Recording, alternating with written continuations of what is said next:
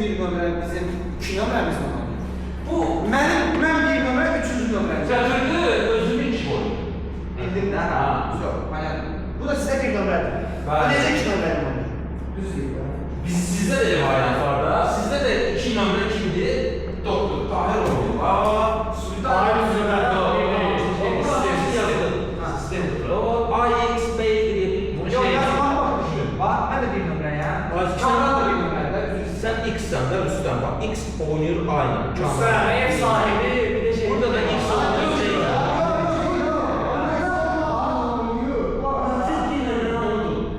Sen özünü 3-cü nömrə də qoya bilərdin. Mən doktor olmaq istəmirəm. Bax, indi telefon momentində düzdür. Mən bir nömrə, bir nömrəni oynamışam Kamranla. Bir də 3 nömrəni oynayıram. Sizin isə bir nömrəniz. Bir nömrəni oynayın. Bir də 2 nömrəni oynayın. Belə qoyda yox.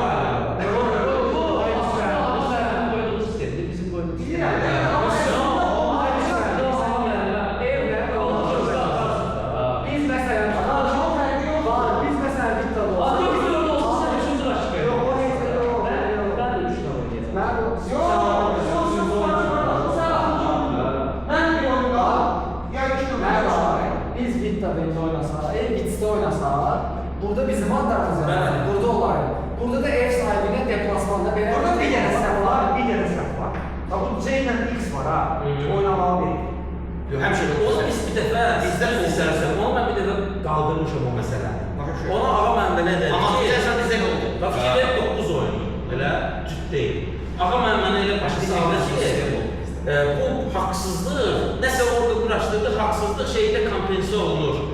Paralarda kompensə olunur. Elə şey parada kompensasiya olur. Mən ağabeyimlə onu söhbət edəcəyim. Mən o sən dediğin sualı indi yanıma düşün. Ben onu demiştim. Yox, yəni yetmiyor. Bax, mən Bahirlə yox. Burada doktorla oynasan, olsa 9 oyun. Olsa 9 oyun. Prosta niyə sizə şans verir ki, siz bizim belə deyək də 3 nömrəmizlə mi oynuyorsunuz? Yox, 2 nömrə. Ona mən bir dəfə sual vermişəm. Yox, sən düşünmüyorsun da. Yox, 2 nömrəyə yaptın.